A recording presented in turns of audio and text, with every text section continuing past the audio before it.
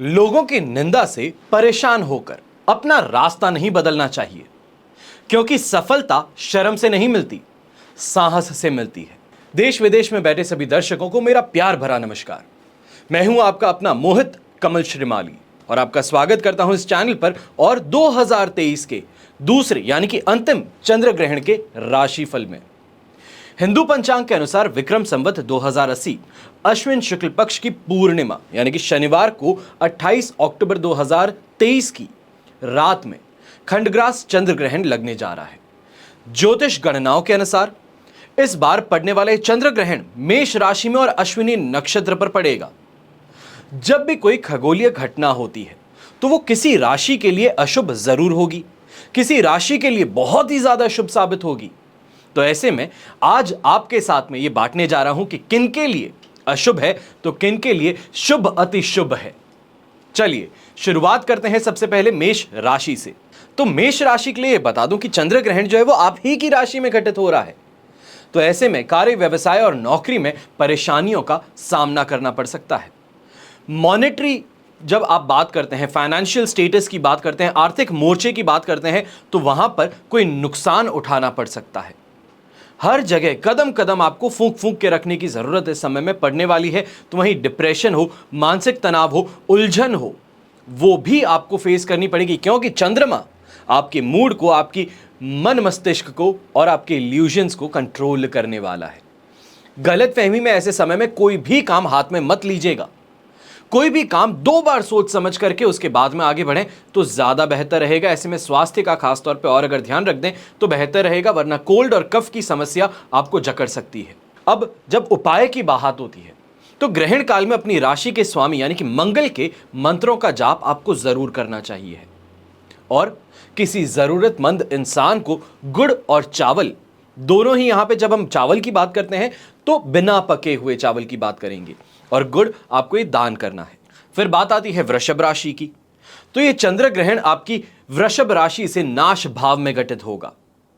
व्यापारी जो हैं, बिजनेस पर्संस जो हैं, जो फैक्ट्री रन करते हैं, कोई बहुत बड़ा बिजनेस रन करते हैं, तो ऐसे समय में नुकसान उठाना पड़ सकता है। चाहे हम अपने मैरिड लाइफ की बात करें तो यहां पे तनाव देखने को मिल सकता है।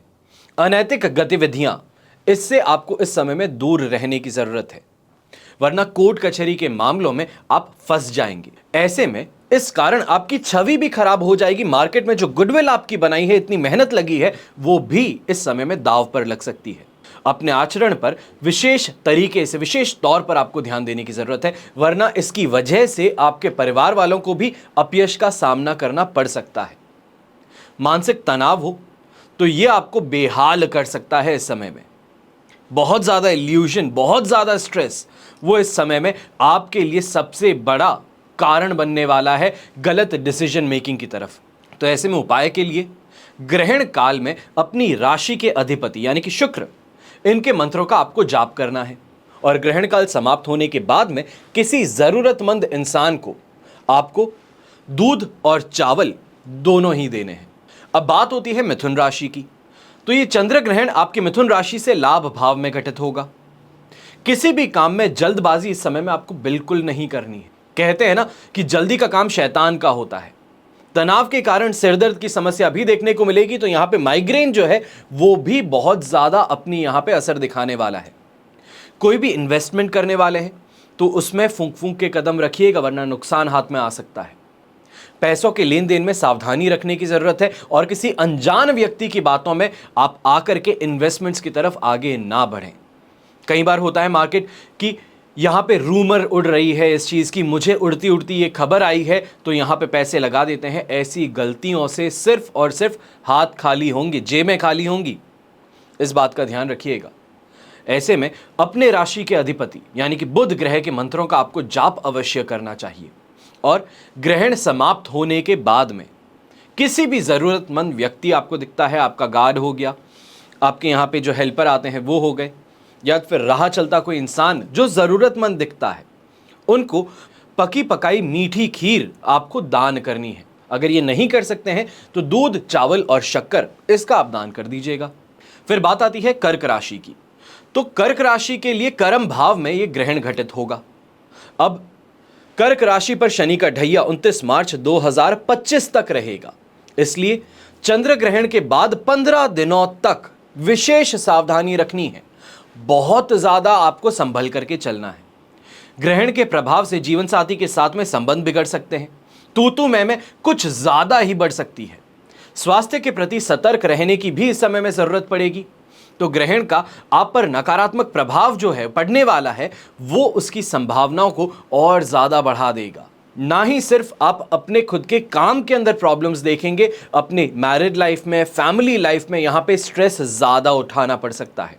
आपको उपाय के तौर पे अपनी राशि के अधिपति हुए चंद्रमा, उनके मंत्रों का जाप करना चाहिए। और ग्रहण काल जब खत्म हो जाए तब श्वेत वस्त्र यानी कि सफेद वस्त्र और सफेद वस्तुएं, इसका आप दान कर सकते हैं।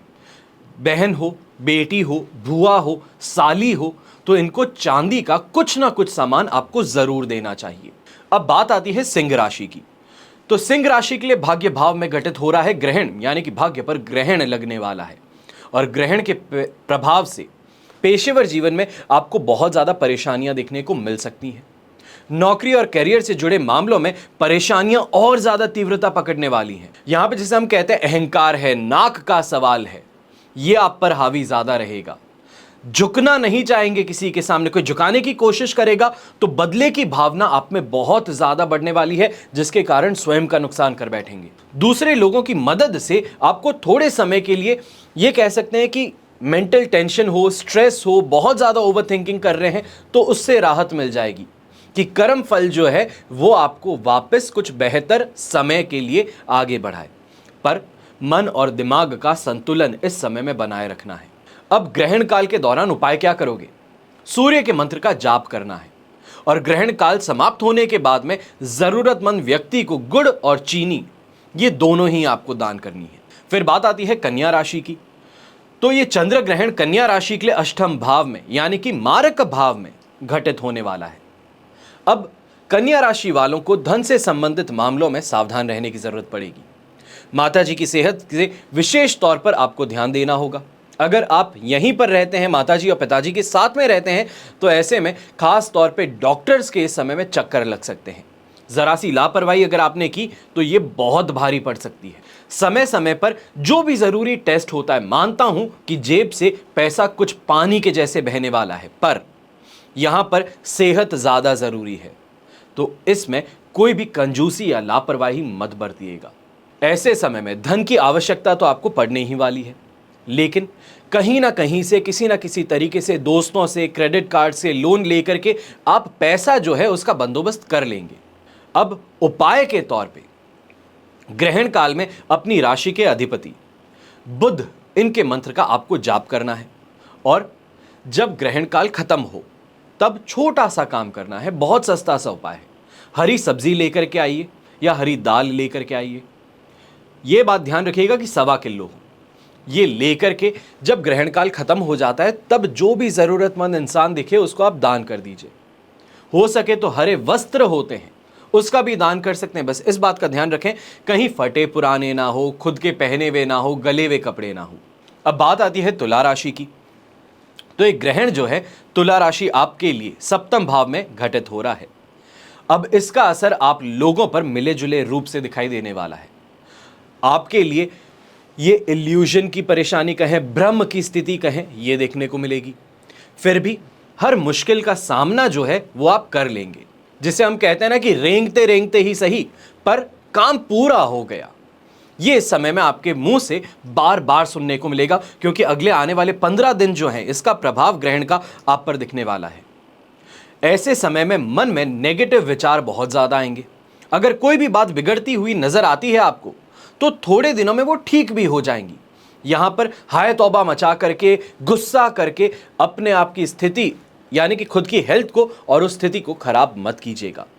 कई काम जो आपने हाथ में लिए हैं उसमें अनएक्सपेक्टेड डीले भी आपको देखने को मिल सकता है।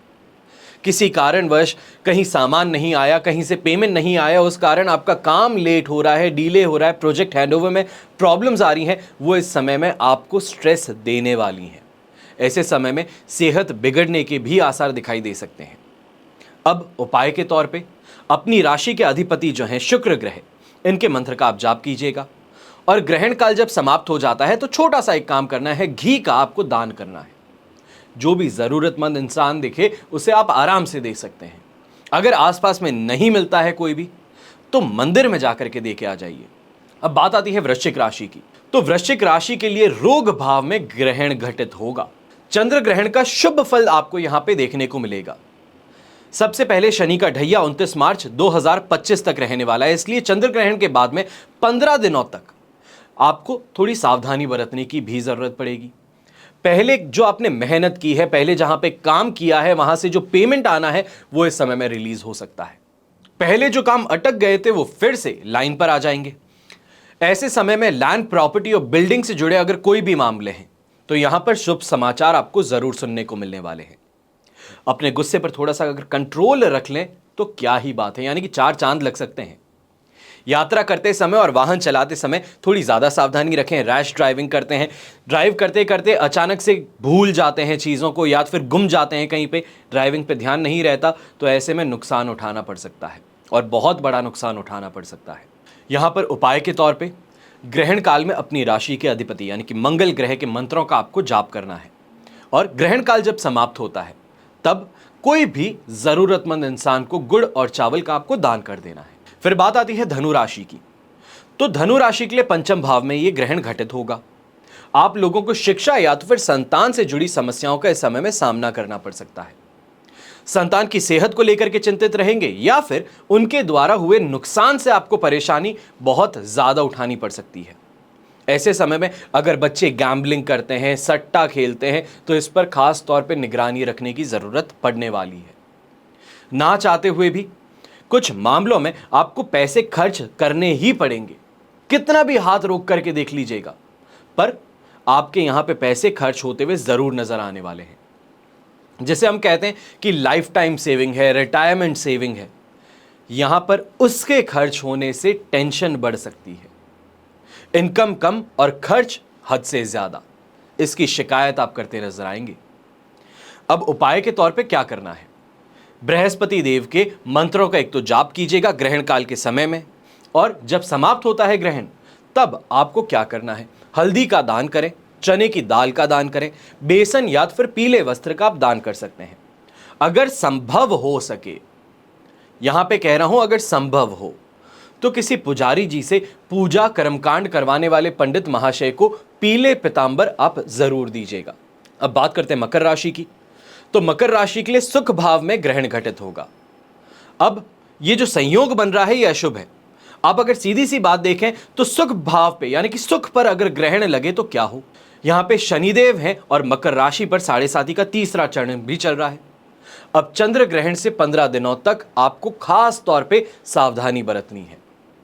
काम की वजह से कई तनाव आपको उठाने पड़ेंगे, ना चाहते हुए भी यात्राओं पर जाना पड़ेगा। खर्च की बहुत ज्यादा अधिकता यहां पे देखने को मिलेगी। अनएक्सपेक्टेड एक्सपेंसेस, मशीनरी खराब होना, प्रोडक्शन लाइन रुक जाना, इन सभी की समस्याओं से आप यहां पे त्रस्त रहेंगे। लेकिन नौकरी पेशा इंसान जो है वो इस समय में प्रमोशन एक्सपेक्ट कर सकता है।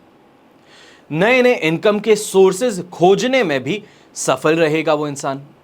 कोई भी बहुत इंपॉर्टेंट आपके हाथ में काम है तो ऐसे में आप ये मान सकते हैं कि वो इंपॉर्टेंट काम जो है वो फाइनलाइजेशन की तरफ, फिनिशिंग की तरफ आगे बढ़ सकता है।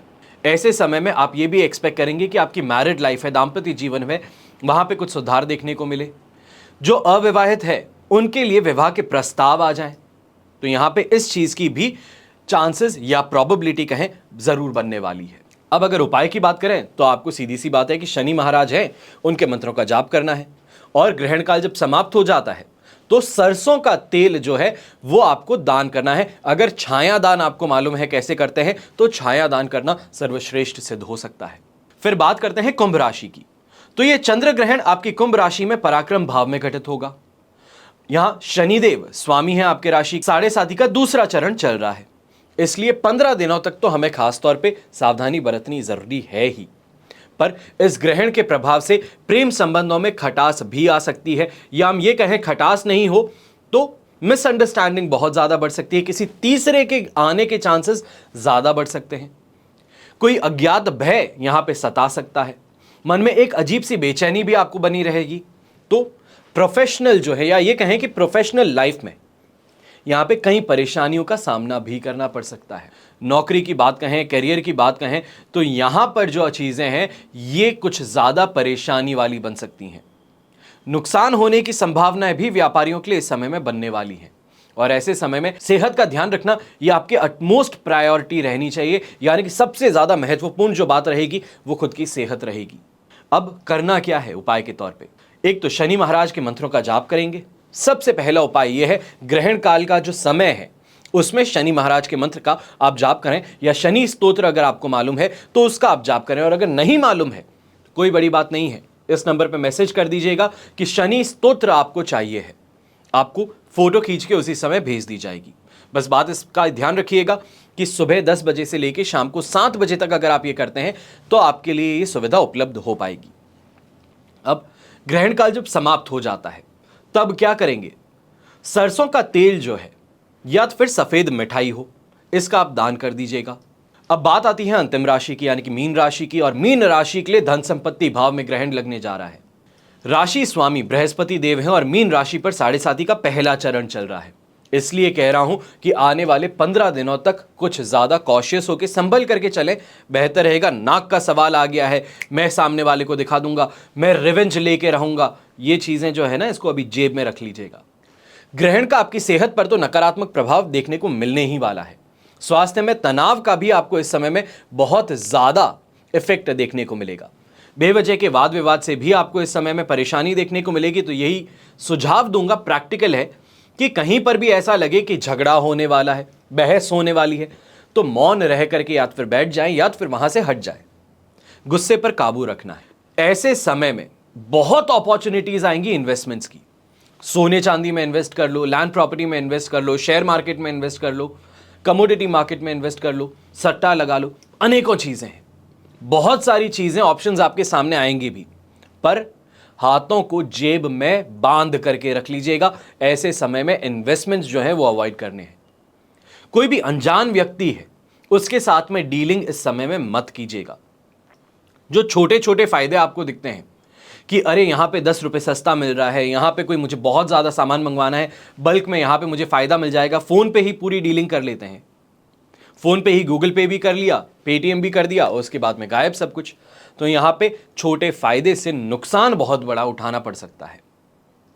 अब ऐसे समय में मीन राशि आप जो है, ग्रहण काल के समय में एक तो शनि महाराज के मंत्रों का जाप करना है, और दूसरा ग्रहण जब समाप्त होता है तो चने की दाल, बेसन या पीले वस्त्र, इसका आपको दान करना है। यह तो हुआ 12 ही राशियों का राशिफल। पर अभी ये एपिसोड खत्म नहीं हुआ है। अब बात करते हैं ग्रहण शांति की। यहां पे जिसके जन्म नक्षत्र में, यानी कि अश्विनी नक्षत्र, जन्म राशि यानी कि मेष राशि, जन्म लग्न यानी कि मेष लग्न, ये जो 3 लोग हैं, यहां पे ग्रहण अगर देखने को मिल रहा है कि दर्शन अगर आपको करने का मौका मिले तो सख्त इस तौर पे मना करके आपको रहना चाहिए है। ग्रहण का दर्शन नहीं करना है। ग्रहण के स्पर्श होते ही आपको नहा लेना है, जाप जो आपको बताए हैं मंत्र के वो करने बैठ जाना है। अब मध्य में अगर हवन कर सकते हैं, देव पूजन कर सकते हैं तो ये जरूर कीजिएगा। और ग्रहण के अंत होने पर आपको जो दान बताए हैं वो करने जरूरी हैं। मोक्ष काल जिसे कहा जाता है, इसके बाद फिर से आपको नहाना है और ग्रहण के पश्चात नक्षत्र अनुसार आपको दान करना है। अब चंद्र ग्रहण अश्विन नक्षत्र में होगा, नक्षत्र के स्वामी केतु हैं, तो ऐसे में चंदन, कमल, घी, गुग्गल, चीर, लड्डू, गुड़, तिल, सोना हो गया, घड़ा, इनका आप दान कर सकते हैं। अब बात होती है मेष राशि में जो ये ग्रहण लगेगा, तो उसके लिए आप किन चीजों का दान करें? तो मूंगा हुआ, गेहूं हुआ, मसूर की दाल, लाल वस्त्र, ताम्रपत्र, रक्त चंदन, केसर, लाल रंग का बैल, भूमि, इनका आप दान कर सकते हैं। क्योंकि ये चंद्र ग्रहण है तो चंद्रमा के लिए सफेद वस्तुओं का दान जरूर हो सकता है। जिसको किसी भी चीज का ज्ञान ना हो, ना ही राशि मालूम है, ना ही लग्न मालूम है, नक्षत्र तो बहुत दूर की चीज है, तो ऐसे में अक्सर जो आप सब कमेंट करते हैं कि मुझे तो मेरी बर्थ डेट भी नहीं मालूम, तो आप सीधा सा एक काम कर लीजिएगा कि चंद्रमा के जो दान है, सफेद वस्त्र हुए, चावल, शक्कर, घी, कपूर, मोती या तो फिर चांदी। चांदी जरूरी नहीं है कि आप बहुत बड़ी चांदी दें, हो सके तो चांदी की अंगूठी दे दीजिए। बिच्छू जो होती हैं, जो मतलब पैरों में जो औरतें पहनती है बिच्छुआ, वो दे सकते हैं। नाक में पहनने वाला आप दे सकते हैं, कान की इयररिंग्स दे सकते हैं, जो भी हो सके। एक बात का हमेशा ध्यान रखें कि दान जब देते हैं तो हम कहते हैं सामर्थ्य अनुसार, यानी कि मेरी पॉकेट जितनी अलाउ करती है। इस बात का हमेशा ध्यान रखें। ये पूरी जानकारी इस ग्रहण की मैंने आपको दे दी है। आपकी राशि पर क्या प्रभाव पड़ेगा, कहां पर आपको संभल करके रहना है, किन चीजों को अवॉइड करना है, क्या आप दान कर सकते हो, क्या मंत्र का जाप कर सकते हो। मेरे ख्याल से इतनी जानकारी YouTube पर मैंने किसी को देते नहीं देखा। अब दे रहा हूं आपको, तो ऐसे में एक्सपेक्ट यही करता हूं कि आप इस कंटेंट को, इस एपिसोड को लाइक करेंगे और अपने साथ में जो बैठे हैं लोग, परिवार वाले हैं, दोस्त हैं, रिश्तेदार हैं, उनके साथ में शेयर जरूर करेंगे। हमेशा की तरह प्रार्थना यही रहती है और हमेशा यही रहेगी कि आपका और हमारा परिवार सदैव सुखी रहे, संपन्न रहे, सुरक्षित रहे। घर में बड़े बुजुर्गों का साथ और आशीर्वाद हमेशा हमारे साथ में बना रहे। जय श्री राम एवं जय हिंद।